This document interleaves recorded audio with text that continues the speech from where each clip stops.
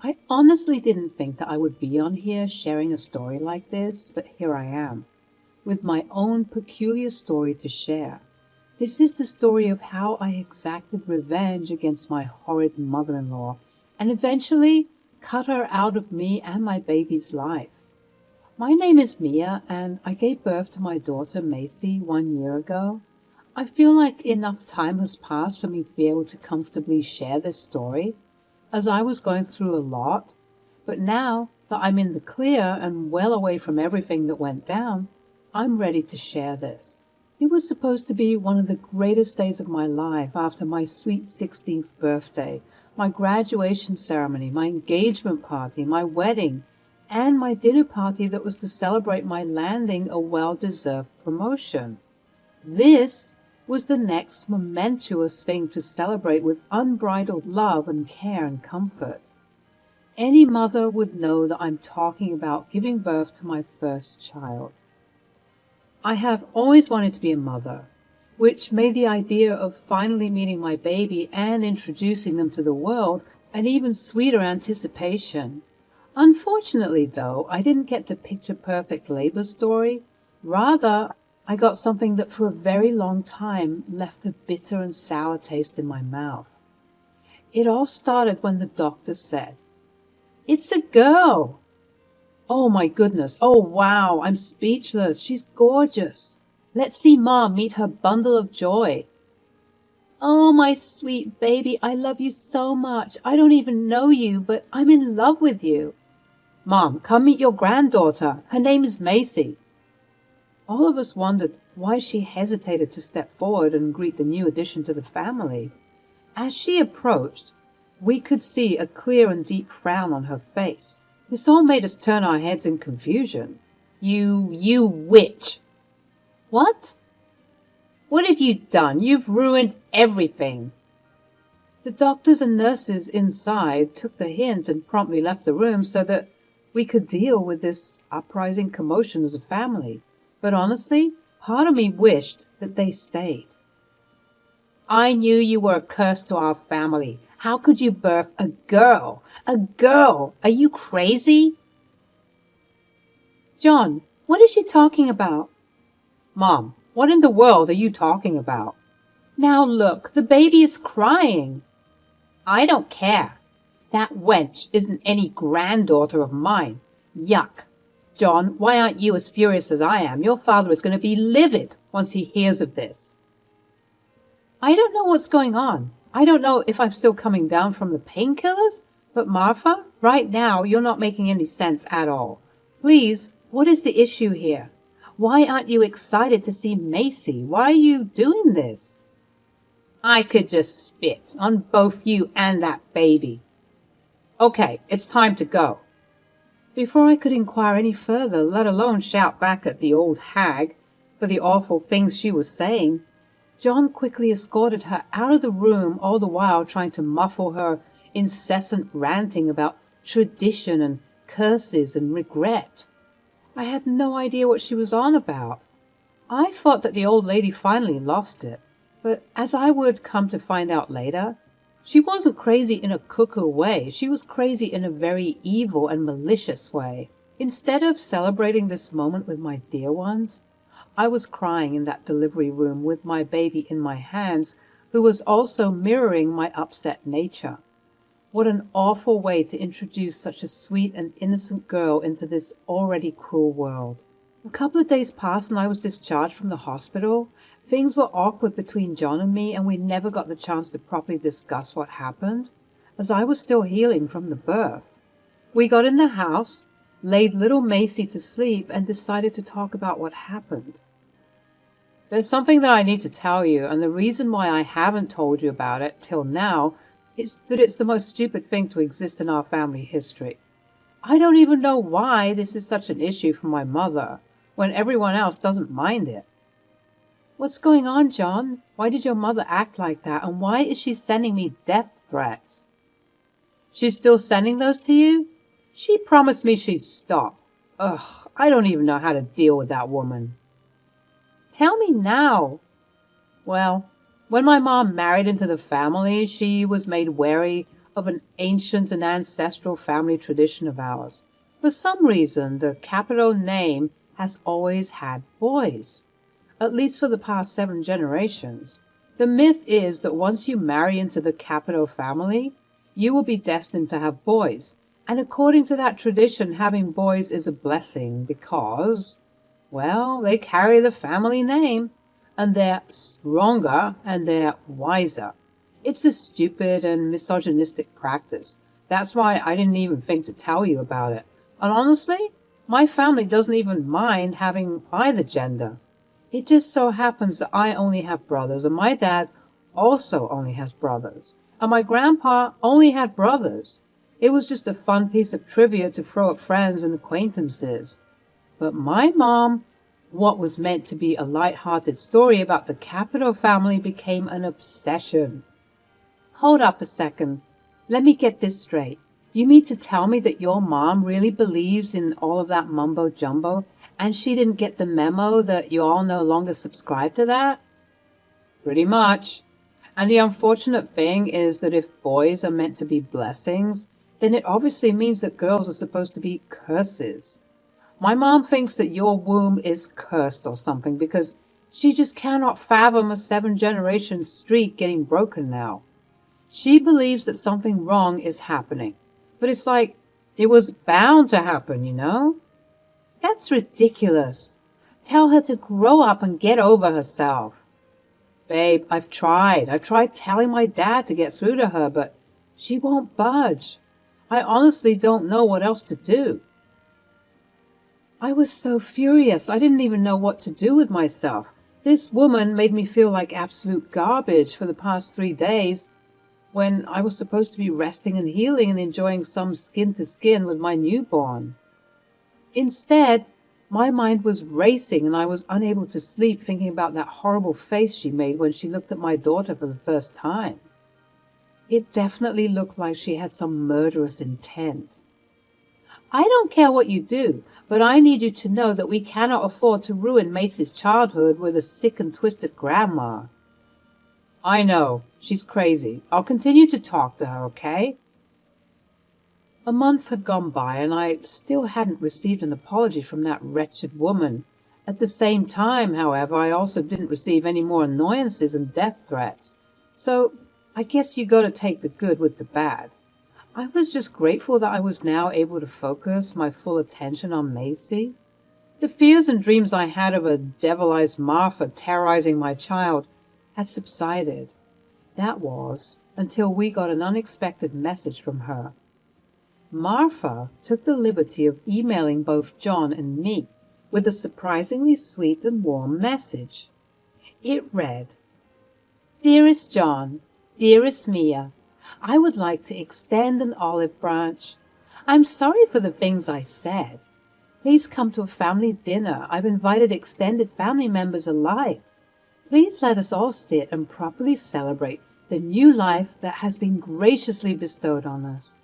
Please allow me to apologize properly in person. With love always, Mom." Okay, so the apology could have been a bit more sincere. Way more sincere. But I think she's being genuine, babe. I don't know, babe. It seems kind of fishy. Why didn't she call? Why didn't she come over? I don't know, Mia. But I do know that I want our daughter to grow up to be a loving and forgiving person. We have to at least try and make our daughter know her grandma, even though she's acting crazy right now. At least she is interested in hashing things out. Fine, you're right. I get you. Let's do it. Later on in the week, the family dinner that Martha was hosting was finally here. I was actually feeling somewhat excited. This would be a good chance for a good chunk of the extended family members to meet Macy, as they didn't get the chance to do so earlier in the month. Both John and I arrived at the event, and we were happy to be swarmed with hordes of family members covering us with their praises and coos and hugs and kisses. Both the kids and the older generations of the family were acting the same. They all felt blessed to introduce Macy to this family. To say that we were showered with unending love from them would be an understatement, But a family member who was missing from the group was, of course, Martha. She was tucked away in the dark corners, watching from a distance. Maybe she's a bit apprehensive to approach us after the debacle that happened last time. Why don't you go over to her with Macy and try and reintroduce the two to each other? You're right. I approached Martha and I saw a growing look of worry and tension grow on her face. It's okay, Martha. We believe in second chances. Come and meet your granddaughter for the first time again. I think it's time for us to eat. Come, everyone. Dinner is ready. That was weird. Why was she acting so nervous? She scurried away as if I was approaching her with a bomb in my hands and not my sweet baby Macy. Anyways, once we were all settled at the dinner table with Macy and her bassinet near my side, we said grace and began to eat. But instead of thinking that I would enjoy my meal, all of us were in for a shock. Martha stood up and said, "Attention, everyone. May I please have your attention? Thank you. As you all know, our daughter Mia has given birth to a child, and I wanted to gather you all here today to just discuss the level of disrespect and disgust that I have obtained from all of this." What are you talking about, Martha? What is wrong with you? What is wrong with me? What is wrong with you? How dare you bring this monstrosity into our home, into our lives? Monstrosity? Mom, stop it right now. The fact that you won't stand up and defend me just shows that you don't care about the capital name. Family, listen up. For the past 7 generations, has this household only produced baby boys? The house murmured in agreement.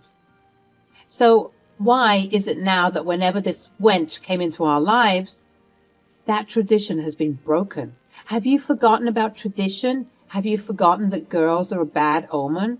We don't do that here. In fact, I'm so convinced that this is a curse that I'm pretty sure that baby isn't even John's. What did you just say? You heard me. Tell us, Mia. Is that John's baby? Of course it's my baby. I want her to answer. Listen here, Martha. I'll do you one better. I'll get you proof that this baby is John's. But I want you to know that once I do, you will never be part of our lives again. Do you understand? Look, she's even threatening me. Sounds like a guilty conscience to me. John, let's get out of here. John and I angrily and awkwardly packed our things and proceeded to leave, a direct juxtaposition to what we were greeted with. We left with some family members urging us to stay and that we could talk about this. But this just made me angrier. Why aren't you guys defending us? You know that she's in the wrong and you don't want to call her out for whatever reason? Don't tell me to stay if any of you aren't willing to help us fight this woman's crazy allegations. The family turned silent, with a smirking Martha in the back. I left, giving her the evilest eye that I could muster. I was determined to prove her wrong and embarrass her in front of everyone. We made our way home. The drive was silent. I was too mad to even tell my husband I told him so. My mind was swirling with so many thoughts that I couldn't even speak.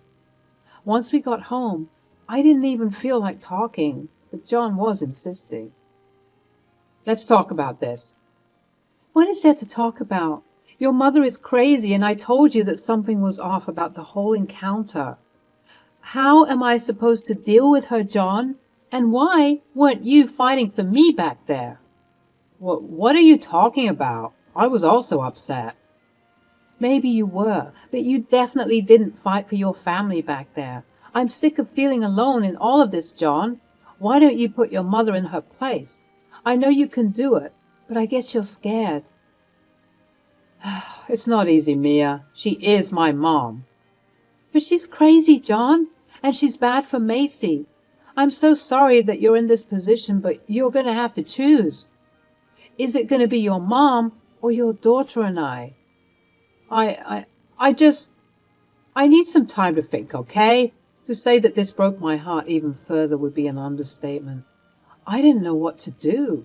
It seemed like my whole life was falling apart, and I felt so guilty for bringing this beautiful girl into this cold and dark world. She was meant to be with a family that loved her enough to stand up for her, but it seemed that in every direction I turned, we either received active malice and hatred, or nonchalance and indifference. Neither situation was better than the other. Macy deserved unconditional and full love, but for some reason I was the only one who could see that. At that moment, my sadness was accompanied by anger, which is what fueled me to keep going. Had I just been a sad and sobby mess, I wouldn't have managed to exact my revenge on that wicked old woman and everyone else who doubted me. I had gotten DNA samples from both John and Macy, and I went to the hospital to have them tested out. I also had John tell Martha that I had done this. There was no way I was calling her out of my own volition. John would report that Martha was convinced that the results would come back negative, and I was just waiting for the day that she would eat her words. The result came back a couple of days later, and I didn't even bother opening the document as I already knew the truth. I told John to tell his mother that I got the results and that she should come over so that we can open the document together. She practically sped over to our house, eager to try and prove me wrong because she had convinced herself that she was right. Once she arrived, that's when I did the needful. What both John and Martha didn't know is that I had gotten those hidden cameras and mic systems and placed them in the living room where we were to sit down and squash her silly doubts once and for all. "Hello, Mia. Let's get this over with. Where is the child? You won't even call her by her name. You won't even acknowledge that she's a she. Let's just cut the chit-chat and get right into it. That's why you came over, right? Fair enough. I can't wait to see your face. You're so convinced that you're correct, aren't you? Why would you even go through all of this trouble just to be proven wrong? John, can you please tell your mother to back up out of my face before I do something I'll regret? Oh, scary. I want to reiterate that once you find out that your son, a Capito, has had a daughter, I never want to see you again, and you will subsequently lose the right to see anybody I love and care about, especially Macy. Yeah, whatever. And when the results come out negative, which I know they are, you're going to get divorced and excommunicated from this family. And once my gardening group and golf group hear about this, your name will be ruined. Those ladies know how to talk. You'll be the talk of the town before the sun sets. I will swear it. We'll see about that. John began to open the letter and read. In the case of John Capito and Macy Ashley Capito, there is a 99.99% chance that there is a relationship between the two parties. What? This can't be. You may proceed to leave this home effective immediately, Mom. I will be removing you from the will, and you can do the same for me. Mia, wait. John, wait. The proof is all here, Mama. You messed up big time. Mia, I'm so sorry. I didn't know. I was so wrapped up in believing that you were wrong that please. Nope. Mia, please. I'm a pleading grandmother. Please. I'll get on my knees and beg if you want to. I have to see my granddaughter. Where is she? That is none of your concern. You are no longer welcome in this house, and if you don't leave in the next 30 seconds, I'm calling the police. No, please, you can't do that. Yes, I can. I'm getting a restraining order against you, and you will be required to stay as far away from me as possible. I highly recommend you leave now because you've used up your 10 seconds. John, help me. I'm afraid I can't do that, Mom. I'm here with Mia. I'm standing up for my family. I didn't do enough of that before. And Mia, my love, I'm so sorry for not being the man you needed at the time. But I'm here now. It's going to take me some time to lean on you like that again, babe. But I accept your apology. Oh, come on. How was I supposed to know? We've had this tradition for years. I'm sorry if I got a little paranoid. You call my daughter an abomination and a monstrosity. What sort of mother would let the likes of you anywhere near her? Even if it was all just a misunderstanding as you're trying to frame it. We all know the truth. You're a toxic, sick, and twisted woman. And by the way, it's not going to be my name that's ruined. You see that pillow over there? Notice the blinking light? What? What are you talking about? Are you recording me? I swear to God, Mia, you better delete that. You see, I could, but this is all already being live streamed, so deleting it won't do anything. Martha snatched the camera, but it was far too late. I checked on my phone and the video itself already was gaining hundreds of views. With people commenting on how awful Martha was, I showed it to her and her face began to crumble. Her entire social status and all of the privileges she got due to her name were going to be muddied by this debacle.